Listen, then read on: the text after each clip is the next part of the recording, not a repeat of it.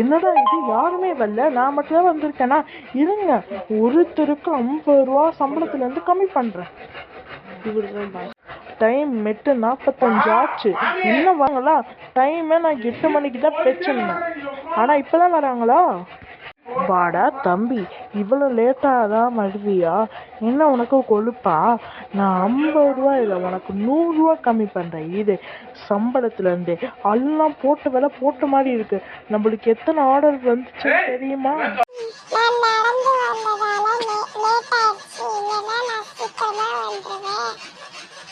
ஏன்டா ஊர் உலகத்துல ஒரு பஸ்ஸே இல்லையா?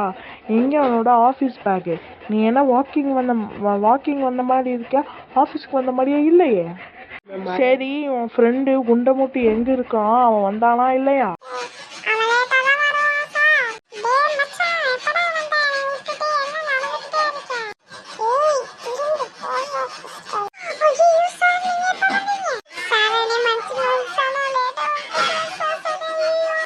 என்னது, என்கிட்டயே கோபமா பேசுறியா?